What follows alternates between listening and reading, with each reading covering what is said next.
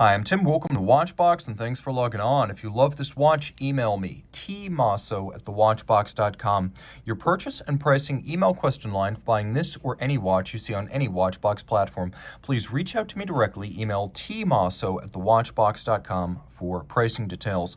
This is a watch launched in 2021, and I've previously reviewed the Tudor Black Bay 58 AG925, but I'm reviewing this specific example because it's the first I've encountered that shows any tangible patina. Now, of course, these watches made of sterling silver are mostly silver, which is inert, but sterling is 6% copper, which means they have the ability to tarnish externally. Now, this is not corrosion, it's not inimical to structural integrity, but it does change the look of the watch, much like the gradual patina of a bronze case will transform it over time. This is an example of a rather extreme patina on sterling silver, to the point I can't even be sure that the previous owner didn't deliberately try to advance the process, but I want to show you what this looks like and what can happen. For some folks, this is going to be manna from heaven.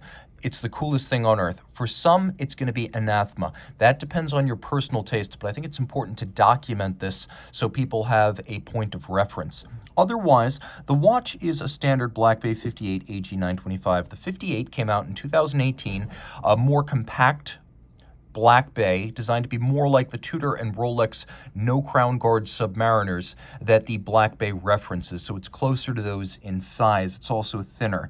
However, the sterling silver model came out in 2021, and it is one of the coolest watches on the market for the price. It's easy to wear, 39 millimeters in diameter. It is 13.8 millimeters thick with the strap across the case back. And of course, this is stitched in. It's not a conventional NATO slung through the lugs. So you can see how it's actually stitched around the spring bars, so I can't just easily pull it off. There is a display case back. The movement's not particularly handsome, but you should know it is there.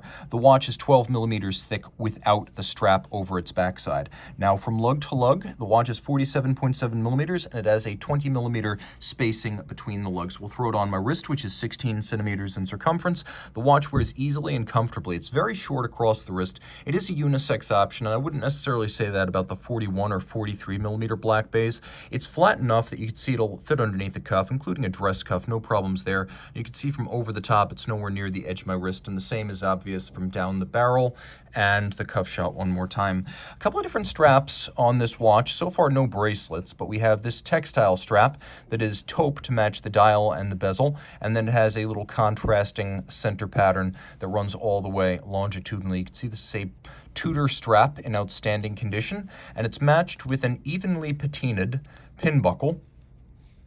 You can see it as the Tudor shield sort of molded into it. And the strap minder hardware in this instance is also sterling silver. And again, all of this has aged very evenly. The case features sheer sides, longitudinally satinated with little expanding bevels on the lug ends. The lugs are actually quite tapered and spare when you view them head on. Now, what Tudor is referencing here is the era when Rolex and Tudor shared cases, and hand beveling of the lugs was part of the production process. Those are long gone on Rolex, and these are mechanically applied, but they're a lovely nostalgic touch.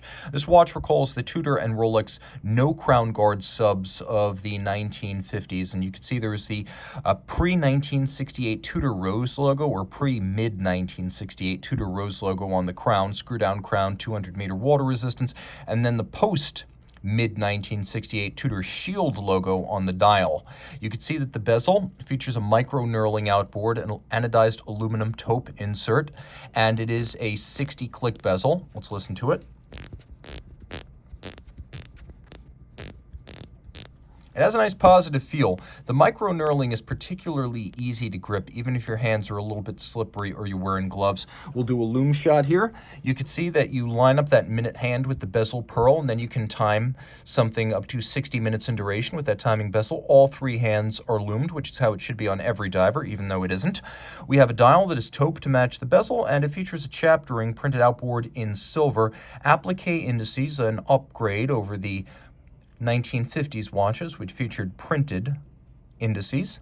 And of course, you can see we have those snowflake style hands, which don't represent 1950s style of Tudor Submariner design so much as a late 60s through mid 70s. That was the era of the snowflake Submariner. Of course, this is a no guard profile. The watch is a diver though, ISO 6425 compliant, and it's a certified chronometer.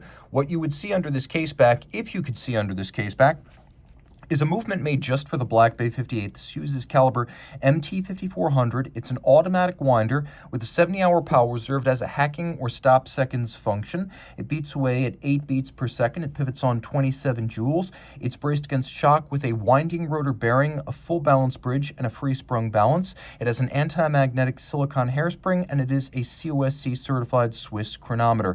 That's a lot of features. It should be noted that this movement is not the one found in the larger Black Bays. That one is 31.8 millimeters in diameter and 6.5 millimeters thick. This one is 26 millimeters in diameter and 4.99 millimeters thick, and it has the exact same technical specifications.